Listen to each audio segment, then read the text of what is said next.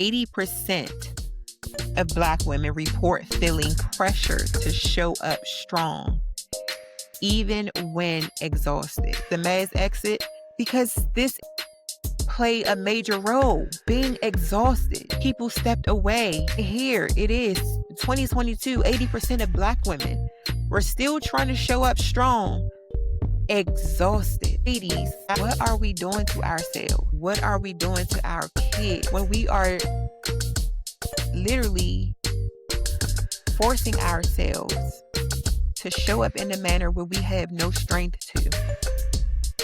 Killing our bodies slowly inside, trying to wear a facade that is seriously outdated.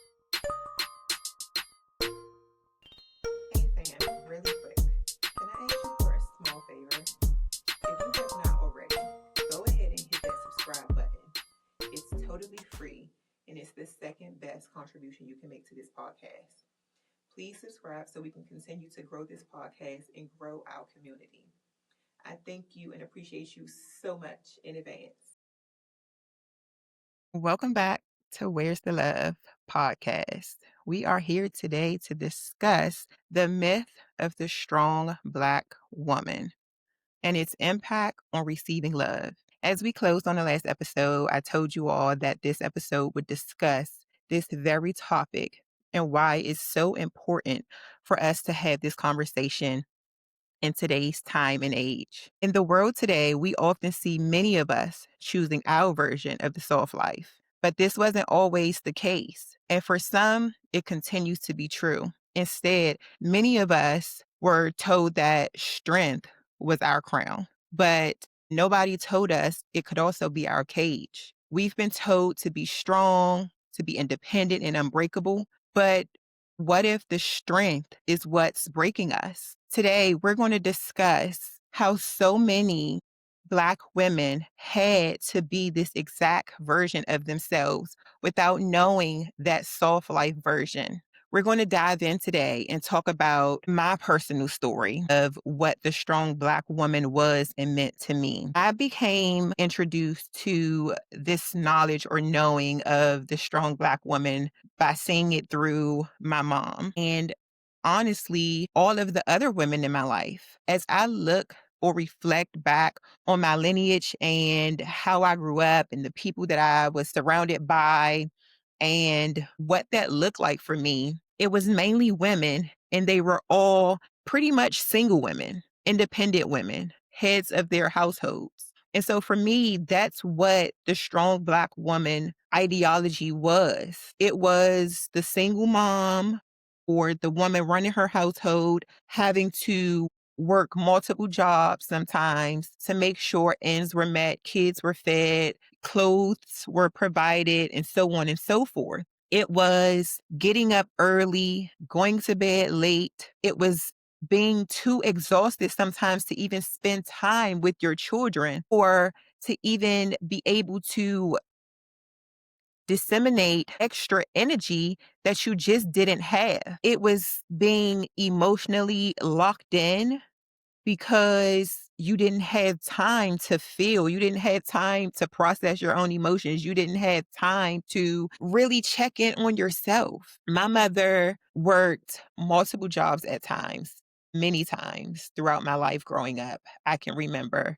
And because of that, I was a latchkey kid. I was the only child for quite a while. Me and my brother have a few years between us. So I was the only child for quite some time. But then when my younger brother did come along, I was the older sibling. Therefore, I was the one who had to take on the responsibility of, getting us home from school because my mom was still at work by the time we got out of elementary school, having the key to the house to get in, to let ourselves in, make a snack, do our homework, all of the things your parents tell you when they're not home. Don't let strangers in.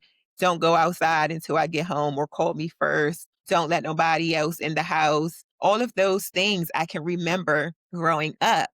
And luckily for me, I grew up in Southeast DC, and our elementary school was right up the street from where we lived. But there was so many times, and again, I was such a timid child. I really didn't like being alone. I craved the nurture that was needed from a adult.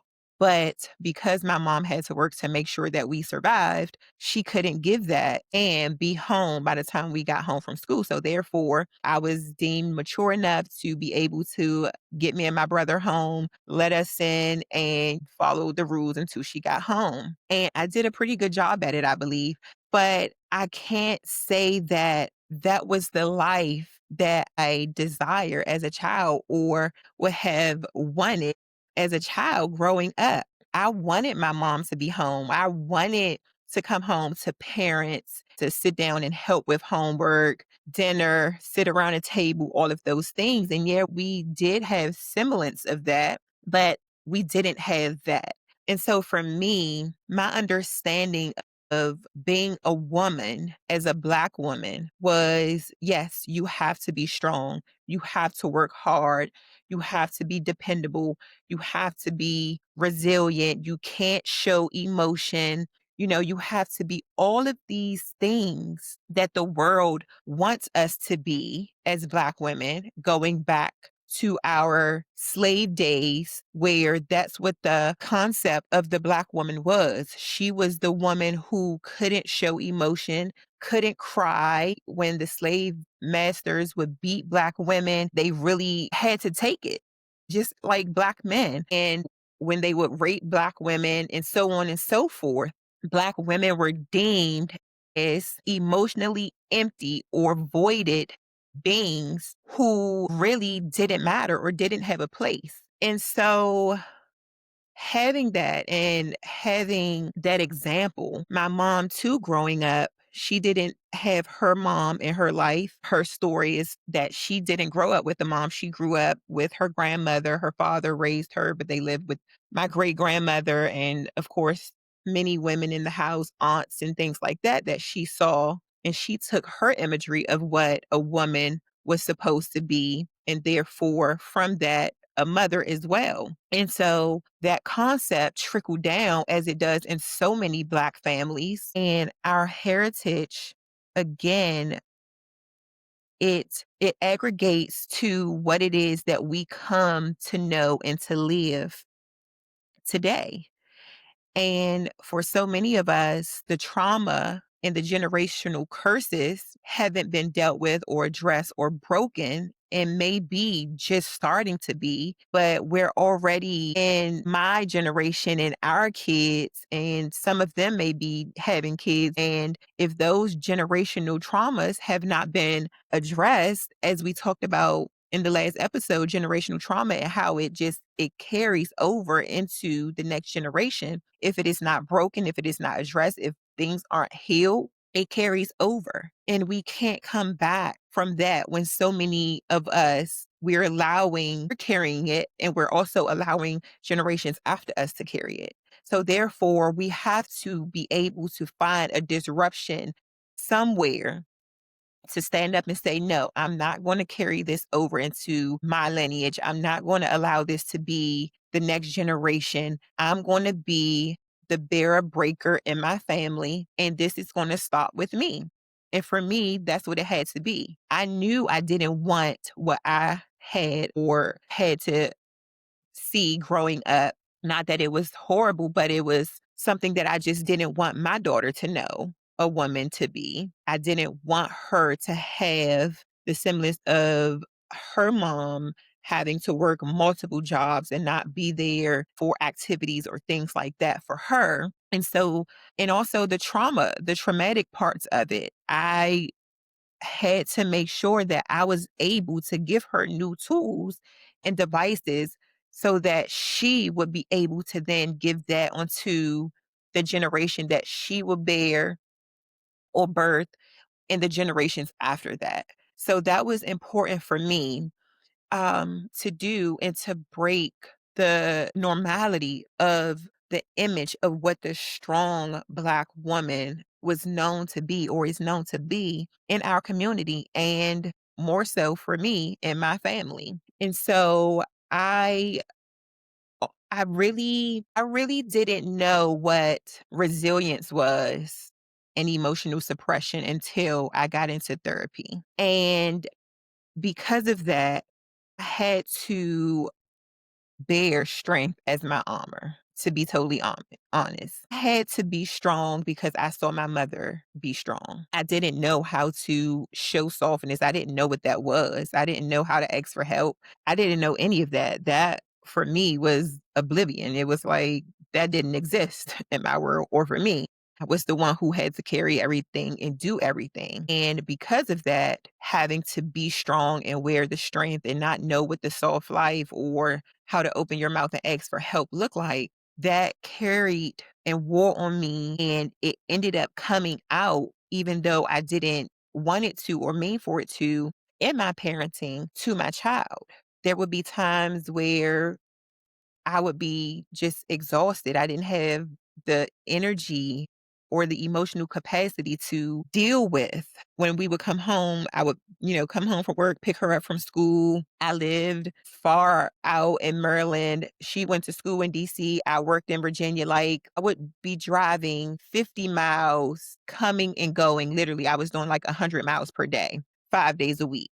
And it was taxing. And when we would get home sometimes, I just did not have it in me to sit with her and just give her the emotional energy and capacity to fulfill her emotional needs and mental needs. And I can remember thinking about that during therapy one day. And it just made me break down because it was the same thing that I remember receiving as a child. My mother, would come home and she would just be so drained. And she worked with kids all day and then had to come home to her own sometimes and make dinner and do all of these things. Laundry sometimes. I ended up having to do laundry, go into the laundromat while she was at work sometimes and things like that. Like it was just, life was hard. And it became that same thing for me. I mean, for my daughter, it was, a little better. She didn't have to do as much as I did or take on as much responsibility as early as I did, but still the emotional capacity that she was receiving from me was not enough. And I knew it wasn't enough, but I just didn't have it to give because I was on my own and I had to do it on my own. And that's the thing about broken homes and households is that when we have single moms or single dads who have to do everything on their own, and thank God I only had one. Just imagine households with more than one child that they're trying to do all of this for multiple kids and run multiple places and do all of these things. I only had to do it for one. And it was still so taxing. And for me, in that therapy session, it made me break down because I remembered wanting what I knew I wasn't giving my daughter from my mother, wanting her emotional attention, wanting her to be able to just come home and play with us or just sit around the table and have dinner or do homework or go outside or just do things. And though, yes, we in the community that we were raised in, we got to do that. But where we grew up, it was let the kids go outside. It was those days. The kids could go outside. Everybody in the neighborhood pretty much knew each other and things like that. But because where we lived in Maryland and my daughter was the only child and it really wasn't like that in our community. She didn't have that. And so again, she's Generation Alpha and they grew up different devices, screens, all of those things. So I felt like she required more attention that I just didn't have to give. And I didn't know how to give it because at the time I didn't have the tools. I was unhealed. I was operating out of my own broken place, trying to maintain my own sanity, being a single mom and still trying to make sure she had a good enough life. And so that wore heavily on me. And once I did learn better, I learned that it had to start with me. The things that I wanted to give her would not have ever been able to give her if I did not do the work to heal myself first. Because again, I could only give her what was plentiful or abundant in me. And so once I started to do the work in therapy and understand and heal emotionally and mentally and all of those things, I was able to give her freely from that full place, which wasn't full before. And so wearing strength as armor definitely it blocked my ability to ever know what softness was because you don't even question anything other than the strength that you are bearing when you are having to put on that persona as the strong, independent woman. You don't question it. You wear it proudly because you have to do what you have to do to get through and to make it. And that was the hard part. That was the part that I knew I didn't want to keep carrying or wearing. And so I learned how to be, yes, resilient and not just strong, not independent in an unhealthy way. I learned how to stop suppressing my emotions and I learned how to express them freely. I learned how to give myself grace. I learned how to sit with my emotions and allow myself to know that it's okay for you to feel this way and to have these emotions because guess what? They're God given. He wants you to be able to feel because he wants you to be able to empathize with others who also feel and have compassion and sympathy when needed. Your emotions aren't a death sentence or they aren't criminal. No, we all have emotions for a reason. It's what allows us to connect on a human level. And so we have to stop or learn how to stop suppressing those, especially as women, because the world wants us to believe that our emotions are what's keeping us from the top. Our emotions are what's keeping us from becoming or arriving to the places in the world where we want to show up. No, that's a lie from the pit of hell. Our emotions are not the reason that we can't become a CEO. Our emotions are not the reason that we can't have the life that we want. Our emotions are not the reason that we can't lead a team of dynamic men and do outstanding work or whatever the case may be. No, our emotions is not at fault for any of that. If anything, it's our character, our integrity, our morals, our values, all of the things that makes us who we are. Our determination, our hard work, those are the things that are more the culprit to keep us or hold us back from the places where men have told us for so long we don't belong or we can't go or get to. Women, it's not our emotions. That lie is definitely a myth, and especially for Black women. You have the right to have emotions. You have the right to show them. You have the right to express them. You have the right to feel them, to sit with them, to process them, and to share them. You have the right. It's not just allowable for some women, for our Caucasian sisters. It's not just allowable for our Asian sisters or our Latina sisters. No, it's all of us. We all have them. And therefore, we are all allowed to feel them, to express them, to show them, and to show up with them. However, it is we please, as long as you aren't allowing them to overtake you and get the best of you, and you're able to process and manage in a healthy way, you have some emotional intelligence, yeah, that's your birthright, sis. So don't let that myth curry you any longer that your emotions is what suppressing you or your emotions is what's hindering you. No, because guess what? You can be emotional. We have thousands, hundreds of thousands of emotions and feelings a day, but you can still be resilient and know that though I may feel this way today, I'm not going to let it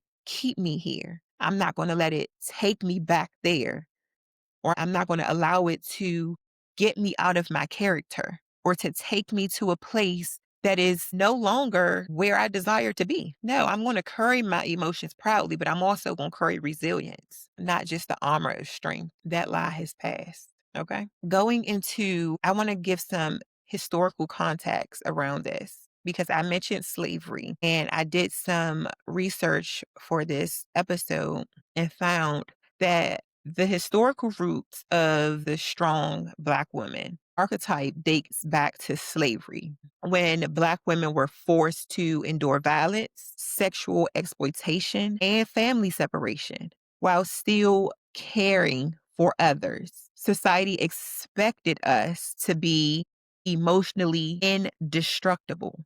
I mean, can you just for 1 second, try to comprehend, or not even have to try to comprehend, just look around today in society. They still want us to curry this or to be this way. I mean, look at what Black women are facing today with the hundreds of thousands of layoffs from the workforce of just Black women alone, according to statistics. Black women who are, according to data, the most highly educated group in this country, most highly educated, but yet are also facing right now a crisis of being the most unemployed. How does the math ain't mathing? How is that so? I mean, you are telling me that you have the highest educated group in your country, but yet they are the ones suffering or carrying the most trauma or damage from the unemployment crisis that we're bearing right now in this country. Why? Because they believe that Black women are just supposed to find a way, pull themselves up by their bootstraps, and continue to make it work. No questions asked. We're supposed to be emotionally indestructible. How is that so? The strong Black woman trope evolved into a survival mechanism during Jim Crow and segregation, when women had to hold families and communities together, just as they still are today, amid systematic oppression. Media has long glorified this narrative, from characters like Mama in early films to more modern portrayals of self sacrificing women who don't need help. Examples: Olivia Pope, Annalise Keating, if you know, you know. But this is the portrayal of us in this myth of being strong Black women, that we can do it all. We can carry it all. We can fix it. We have all of the answers. We have everything, and we don't need any help doing any of it or anybody. And in the midst, we are slowly killing ourselves, destroying ourselves, because it's just untrue. I found a quote from Melissa Harris Perry from Sister Citizens in a 2011 piece that she wrote. And it quotes: "The myth of the strong Black woman is not empowerment. It's endurance disguised as love." It's not empowerment. It's endurance, meaning that I have to keep going by any means necessary, disguised, hidden as love. Being a strong Black woman does not make you irresistible. It doesn't make you supernatural or more powerful or any of those things. Bearing that only harms you and also those closest to you. Your kids, if you're married, your husband, your marriage, if you're a caregiver, parents or family members, it harms them. It harms those things that you are closely connected to, because when you're carrying this notion that I can take care of it all, it's going to slowly destroy you, your inner core, your inner peace, your joy, your ability to truly love. All of those things will be destroyed because you don't know that you do need help.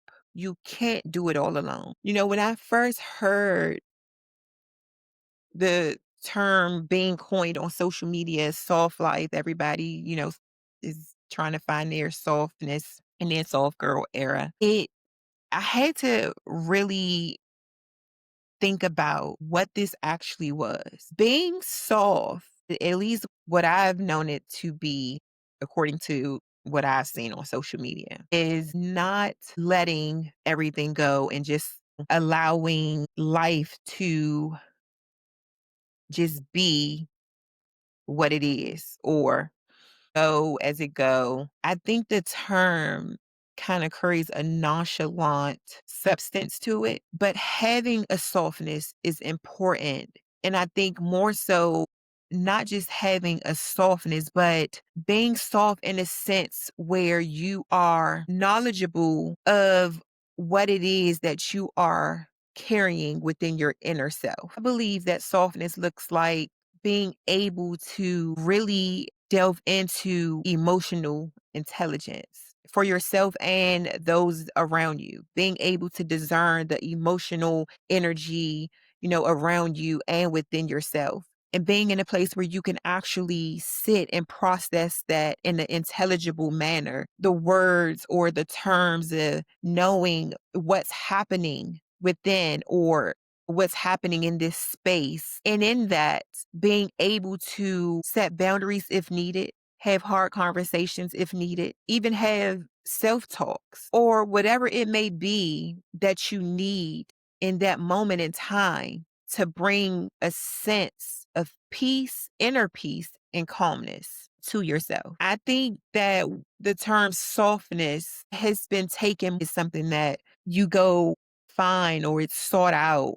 I'm in my soft girl era because I'm living plush. I'm in this cozy house. I have this, I'm doing that, and I'm just being. I'm in this space. I'm glowing up, feeling good, looking pretty, working out, eating right, all of those things. Yes, all of those things. Take care of yourself, self-care. But I think when we speak of softness, it goes a little deeper into that inner core of being able to understand that this life that I'm cultivating or this life that I'm living and building does not just require me. I need community. I need connection.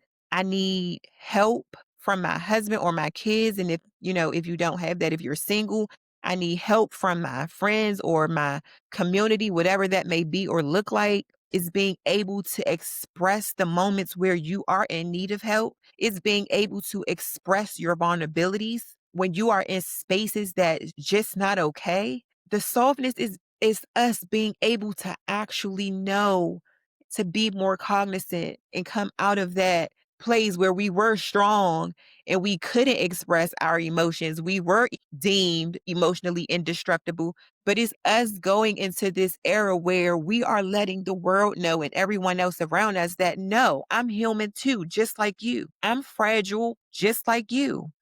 I am emotionally destructive, just like you. I don't wear brass skin and you have flesh. No, I am human, just like you. Your words hurt me, just as mine could hurt you. Your actions can hurt me, just as mine can hurt you. I have emotions and I am entitled to those emotions. And I'm entitled to express those emotions. Yes, this is my softness, where I'm allowing myself to be vulnerable because it's my birthright, because I am human just like everyone else around me. Don't expect me to do and carry everything on my own because I can't and I wasn't born to. Yes, I may be able to do just a little bit more than the next person or whatever the case may be, if that is your story. And for most women, we are stronger than most. Let's be honest. But I shouldn't have to do it all on my own. I shouldn't have to carry it all by myself. I shouldn't have to suppress how I'm feeling in the moment because you aren't able to receive it or you don't want to hear it or you can't take it. That doesn't mean that I should have to shut my mouth and act like nothing bothers me because it does. What's happening in this world right now, it's bothering me. It's disturbing my peace. It's making me feel unrest. It's causing chaos in my place of joy. It's bothering me. And I'm allowed to express that because I am human just like the next person. So women, we have to stop allowing everything that the world wants to place on us to be what it is that we then absorb and pretend to be. Because if we're going to be real and operating in our real soft girl era, baby, no, I can't do that today. This is my rest day.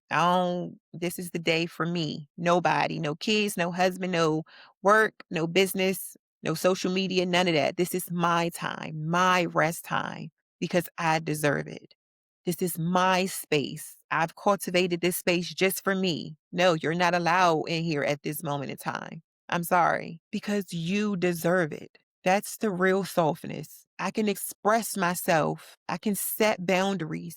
And though it may hurt you, yeah, because It might be something new and unexpected coming from me. But hey, you're going to have to learn to deal with it because this is the new me, because this is my softness where I open my mouth and I speak. I'm still kind. I'm still loving. I'm still caring. I'm still nurturing. I'm still all of those things. And I'm not going to allow you to deem me or criticize me as if I'm not, just because I'm now able to open my mouth and express how I'm really feeling or set boundaries that I didn't have before. I'm not going to allow you to make me feel bad for becoming a better version of me. So, yeah, we are in our soft girl era because this strong Black woman stuff, nah, baby, we ain't carrying that name tag anymore. That label is played out, okay?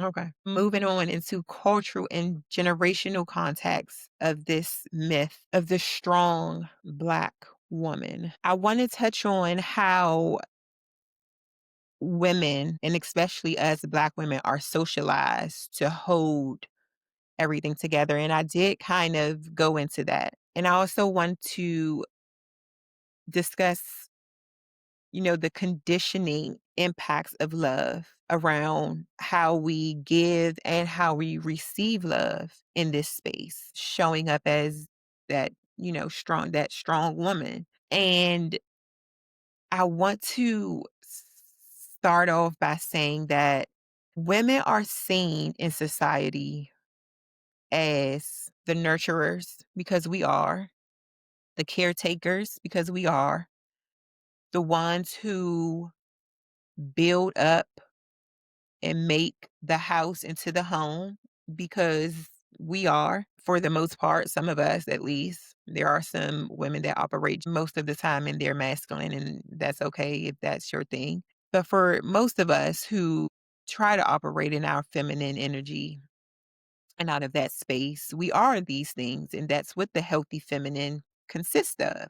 And in doing these things, I believe generation after generation, and again, for Black women, this stems all the way back into our coming here into this country as enslaved women, being the unpaid labor that we were to take care of the homes of the masters and their wives and their kids. More times than not, we weren't the ones that were the overseers in the fields, the men were, but still were just as equally responsible for doing as much work, if not more. And all of those behaviors were ingrained in our people once they became free.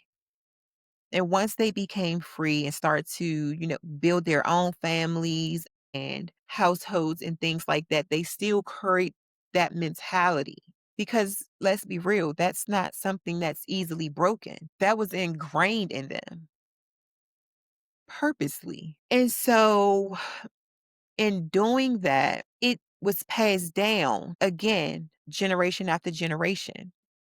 The girls were to wake up early, clean the homes, make the bed, cook the food, do all of those things, where the boys in the home, pretty much if they weren't of working age or they really didn't bear much responsibility. And because most Black homes were broken homes where single mothers were majority times than not the head of the household, the boys were able to escape with little to no responsibility. I mentioned my story earlier on in this conversation. Though I was the older sibling, I bear much of the responsibility. My younger brother really didn't have to do much, even, when he did become of age. He was fortunate enough not to still have to have as much responsibility as I had to take on at my age when he became my age. I had to learn how to wash clothes early. Like, we didn't have a wash machine and dryer inside our home. No, we lived in an apartment and the laundromat was around the corner.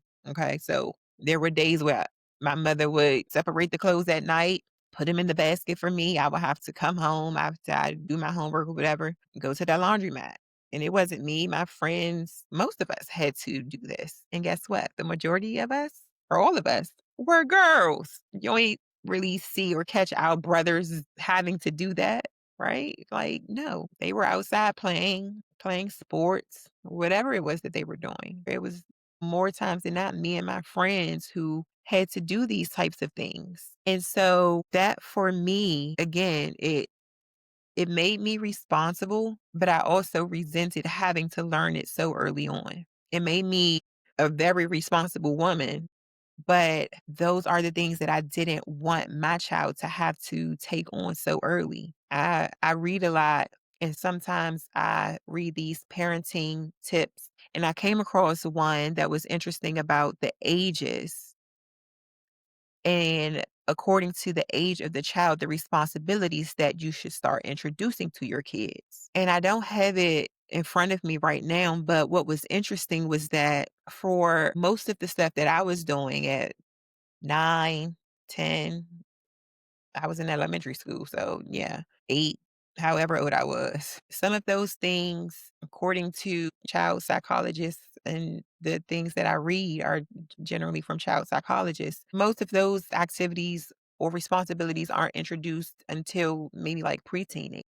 But again, when you grow up in a space where you are pretty much the only resource of help that your mom have, what else can you do? I mean, there is no father. There are no immediate family members because they are living their own lives, having to maintain and take care of their own homes and children. Everybody was just trying to make it and survive. And so I suppressed all of that at an early age. I suppressed my emotions. I was not a vocal child. I would get frustrated or agitated, catch a little attitude, as most children do. But I mean, at the end of the day, that was my mother. I wasn't going to tell her, no, I'm not doing it. I don't, mm-mm. Wasn't that era. Gentle parenting wasn't a thing then. Yeah, no. But that what it was. So I had to help. I had to make sure my part was done. And as I became an older woman and moved out on my own and things like that, I began to really understand how much having those responsibilities actually were used as a benefit in my life at that point in time. But before then, it was just an inconvenience. Like, I don't want to do this. No. But I understand now, having had to live that life as a single mom, carry the burden as the strong Black woman, the head of my household, I understand now because my mom didn't have anyone else, and for most moms who had to do this and most moms who are doing it now, they don't have anyone else to turn to. Their village is probably just as ingrained in trying to make life work for them just as you are. Everybody is just trying to make it work, trying to survive. But I think that's also the importance of really understanding connection and how the socialized part and holding everything together ties in because we need community for a reason, whether it's a girlfriend, a neighbor, whomever, will watch my kids until I get home. I'll watch your kids. We swap days, or we need those things because let me tell you, I hated being a latchkey kid. And I know my mom probably hated it even more, having to know that her kids were at home alone, not knowing what was going on until she got there. And for most women, that's their only alternative. But that's why women is so important for us to build communities because we need each other. Yes, we need our men to step up as well.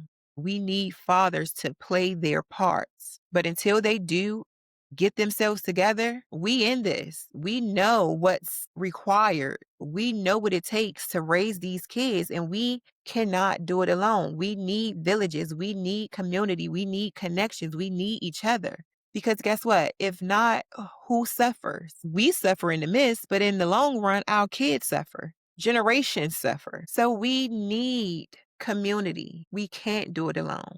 We were never meant to. And a study that was done, this study showed that Black women often suppress their emotions more to avoid these labels, being called angry or weak according to Harris Paris 2011. The mental health statistics show that Black women are 50% less likely than white women to seek mental health treatment. 50%, despite experiencing higher rates of chronic stress. According to the APA, a 2023 study, we face chronic stress levels that are linked to hypertension, anxiety, and depression at greater levels than our white counterpart. We have a study done by Essence, Black Women's Health Study of 2022 showed that 80% of Black women report feeling pressure to show up strong, even when exhausted. 80% report feeling pressure to show up strong, even when they are exhausted. This was just in 2022, the height of the pandemic. 3 years later, most of us, you see on social media how the mass exit, what was it, the people leaving the workforce, the mass exit, because this exact thing play a major role. Being exhausted, physicians, therapists, so many other career fields, people stepped away because they were exhausted. And here it is, 2022, 80% of Black women were still trying to show up strong, exhausted. Ladies, what are we doing to ourselves? What are we doing to our kids when we are literally forcing ourselves to show up in a manner where we have no strength to, killing our bodies slowly inside, trying to wear a facade that is seriously outdated. On the spiritual side of this and the healing perspective, I want to reflect on God's definition of strength, which is grace, vulnerability, and community. I want to challenge the idea that asking for love makes you weak, because this isn't just a Black woman's issue. It's universal. It's a universal gender script that tells women of all races and cultural backgrounds that our worth equals our endurance. Like, how jacked up is that? Tell a man that. Tell a man that, okay? That your worth equal your endurance. Like, I have never, a man, honestly, men cannot compare to the strength of a woman, okay? Like, it's not just the bearing of the baby thing or birthing of children. No, our strength don't just come from that. Yes, that's one of the things that we have in this life that consumes a lot of our strength. But I mean, just think about generations. We carried families, communities on our backs. If that ain't strength, I don't know what is.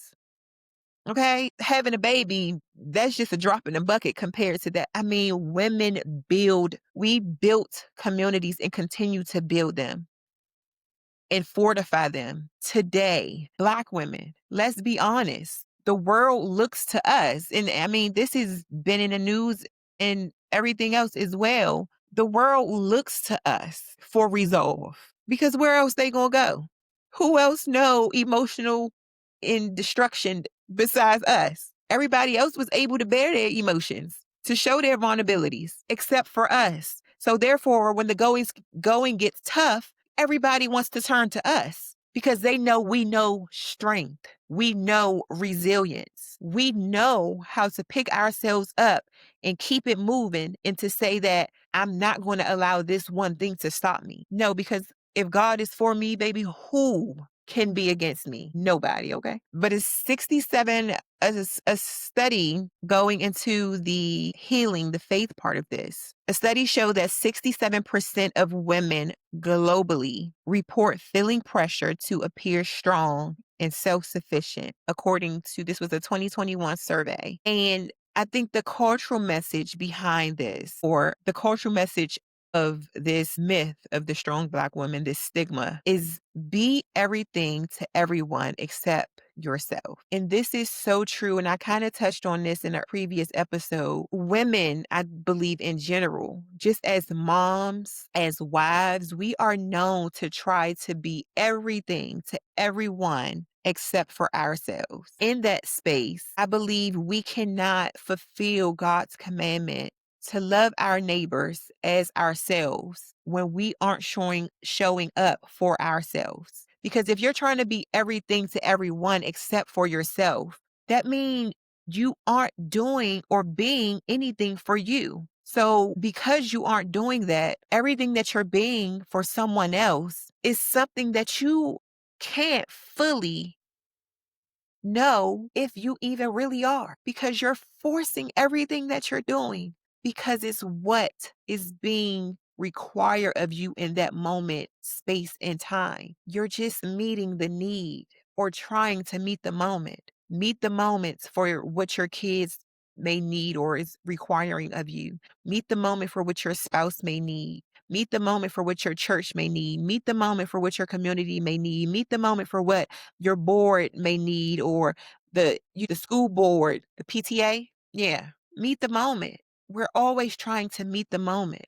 But if we aren't showing up for us, how do we really know who we really are so that we can show up authentic for everybody else, even in the moments that they need us to show up? Because I believe that that is the most important thing out of the command that God gives us when he says, love him and love our neighbors as ourselves, is that you must first be able to know God, to know his love, and love him in a reciprocal manner for how he loves you. And then out of that reciprocation, we have to learn how to show up for us. Because again, if we don't, we truly can't be any good for anyone else that we're showing up for. If it's not authentic, if it's not pure, and if we're not doing it out of a full loving place, you're just meeting the moment exhausted. You're not going to be able to set healthy limits with anyone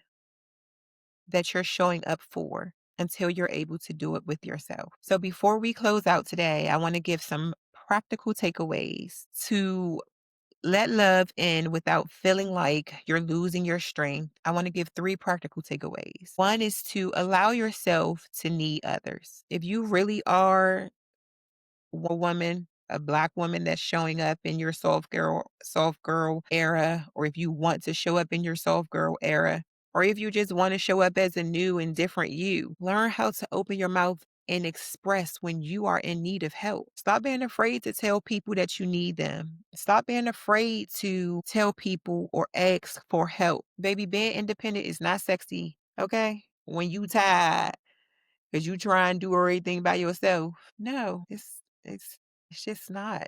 Now, if you don't have anyone to express your needing help to, that's different. I would suggest to you maybe try to start building or seeking out trustworthy people that you can build community with. Become a part of a small group or a local chapter of your community center if they have that, or association, or whatever the case may be, anything in close proximity. Get to know your neighbors if they're trustworthy people.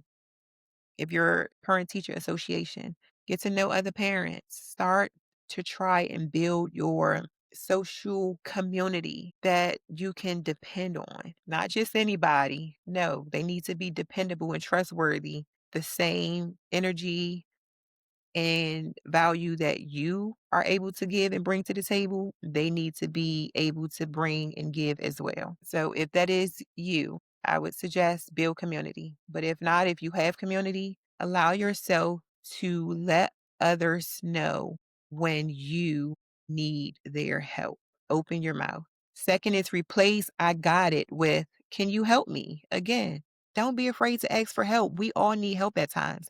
I used to be so afraid to ask for help, even still today. And I'll be totally transparent and vulnerable by seeking out guests for this podcast. had a grip on me. Like I was so fearful to ask people, and even still sometimes ask people to come on and be a guest on this podcast because it's new and I'm just getting started and I really don't have a base yet. I'm building a base and all of those things. And that was one of the things that was my fear.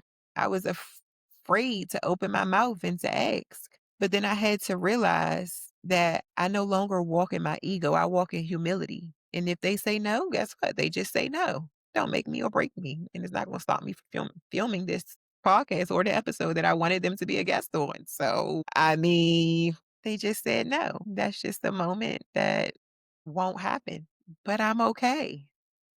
It's fine with me. Does not make or break me. We all have the right to say no. It doesn't mean that they are saying no because they just don't want to or it's out of spite. I mean, maybe they really have other things going on in their life right now that just does not allow them the time that I may need for them to come on and be a guest. And the same goes for you.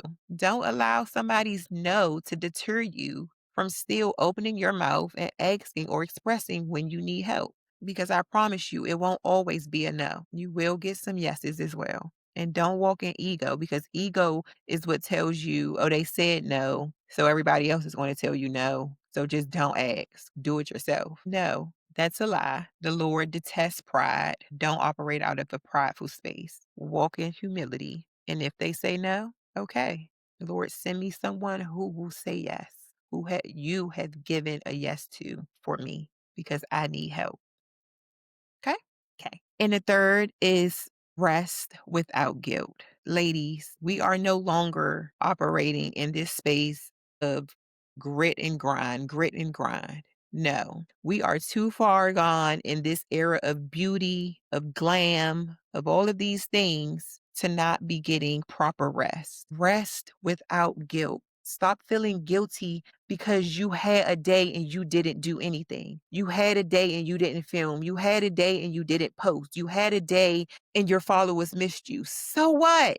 You need rest. We all do. God made a whole day for himself to rest. You think we don't need it as well? We need rest. Our bodies weren't made like the Energizer Bunny to keep going, going, going, going, going. No, we have to stop, pump the brake, stop, listen to your body, lay down, take a nap, or just go to bed, okay? Rest. It's okay to sit on your couch and binge out on your show or read a book, catch up on some, even if you want to do some work, catch on some work, but just rest. Allow your body to stop moving all of the time. We're in this space and time now where we literally can't sit still. It's like everybody got ADHD. We just can't stop. We got to work out. We got to meal prep. We got to do this. We got to do that. We got to do this for the kids. We got to do this for the spouse. We got to do this for the business. We got to do this for the channel. We got to do this for our followers. We got to post this. We got to do this for this brand sponsor. Stop. Stop.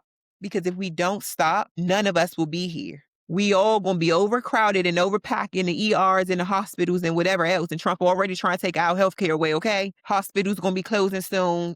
No, we have to learn how to stop, slow down, take a beat because we need rest and do it without feeling guilty because resting is not a privilege. You're entitled to it.